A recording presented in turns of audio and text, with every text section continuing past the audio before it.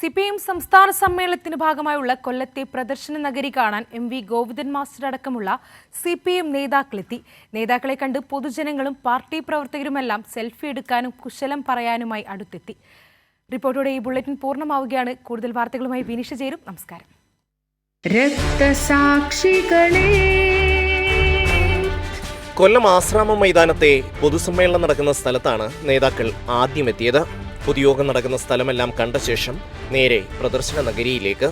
സംസ്ഥാന secretary MV Govindan മാസ്റ്ററാണ് ആദ്യം പ്രദർശന നഗരിയിലേക്ക് വന്നത്.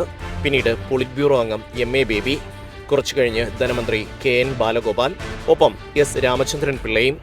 നേതാക്കൾ എത്തിയതോടെ അവരെ കാണാനും സെൽഫി എടുക്കാനും നിരവധി പേരും ഒത്തുചേർന്നു.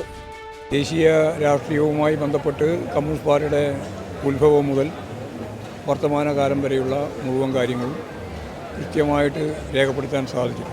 നവോത്ഥാന നായകന്മാരുടെയും ദേശീയ പ്രസ്ഥാനത്തിൻ്റെ ഉന്നത നേതൃത്വത്തിൻ്റെയൊക്കെ ഫോട്ടോവും അതുപോലെ പ്രതിമകളും ഒക്കെ പുതിയ തലമുറക്ക് ആവേശം നൽകുന്ന രീതിയിൽ വിന്യസിപ്പിക്കപ്പെട്ടിരിക്കുകയാണ്. ഈ ചോര കൊടി കയ്യിലുയർത്തി സന്ദേശഭേരി മുഴക്കുമ്പോൾ കമ്മ്യൂണിസ്റ്റ് പാർട്ടിയുടെ രൂപീകരണവും നവോത്ഥാന കാലവും CPIM-ന്റെ വളർച്ചയുമെല്ലാം പ്രദർശന നഗരിയിൽ ഒരുക്കിയിട്ടുണ്ട്.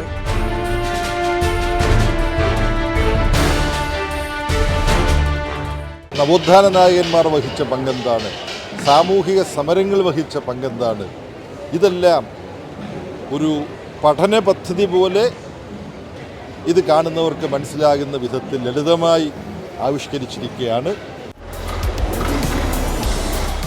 CPIM സമ്മേളനത്തിന്റെ ഭാഗമായുള്ള പ്രദർശനമെല്ലാം കണ്ട ശേഷം കുടുംബശ്രീയുടെ നേതൃത്വത്തിൽ ഒരുക്കിയിരിക്കുന്ന ഫുഡ് കോർട്ടിലെത്തി ചായയും പഴംപൊരിയും കഴിച്ച ശേഷമാണ് നേതാക്കൾ മടങ്ങിയത്.